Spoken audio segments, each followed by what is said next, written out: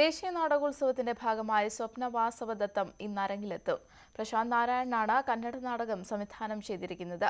കർണാടകയിലെ പ്രധാന നാടക സംഘമായ രംഗായനിയാണ് സ്വപ്നവാസവദത്തം വേദിയിലെത്തിക്കുന്നത്.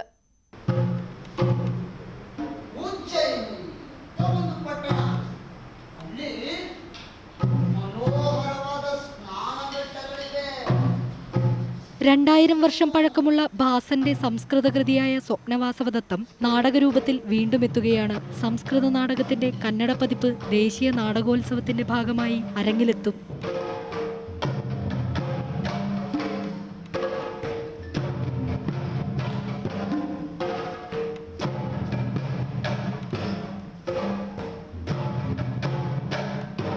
ഛായാമുഖി ഉൾപ്പെടെ ശ്രദ്ധേയമായ നാടകങ്ങളുടെ രചയിതാവും സംവിധായകനുമായ പ്രശാന്ത് നാരായണനാണ് സംസ്കൃത നാടകത്തിന്റെ കന്നഡ പതിപ്പൊരുക്കുന്നത്. ഭാസകൃതിയെ നാടകരൂപത്തിലാക്കി സമകാലിക വേദിക്ക് അനുയോജ്യമായ രീതിയിൽ ചുരുക്കി കന്നഡയിലേക്ക് മൊഴിമാറ്റിയതിനെക്കുറിച്ച് സംവിധായകൻ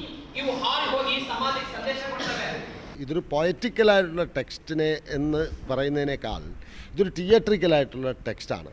അപ്പോൾ ആ തിയേറ്ററിക്കലായിട്ടുള്ള ടെക്സ്റ്റിനെ നമ്മൾ രംഗവ്യാഖ്യ എന്ന് പറയുന്ന ഇൻ്റർപ്രിട്ടേഷൻ അരങ്ങത്തേക്ക് എടുത്തു വയ്ക്കുമ്പോൾ നമ്മൾ അതിൻ്റെ ക്രാഫ്റ്റിനെ കുറിച്ച്, അതിലെ ക്യാരക്ടറൈസേഷനെ കുറിച്ച്, ആ ക്യാരക്ടേഴ്സിൻ്റെ ബിഹേവിങ്ങിനെ കുറിച്ചൊക്കെ നമ്മുടേതായ പരിസരങ്ങളിൽ നിന്നും നമ്മുടെ ഫോക്ക് ആൻഡ് ക്ലാസിക്കൽ ആർട്ട് ഫോംസിൻ്റെയൊക്കെ എനർജി എടുത്തുകൊണ്ടേ നമുക്കത് ചെയ്യാൻ പറ്റുള്ളൂ.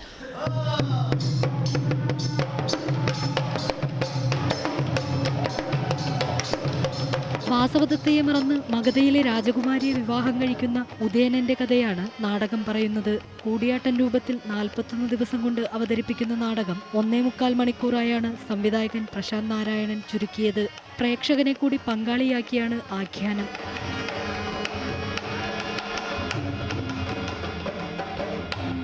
Entertainment desk, news 18.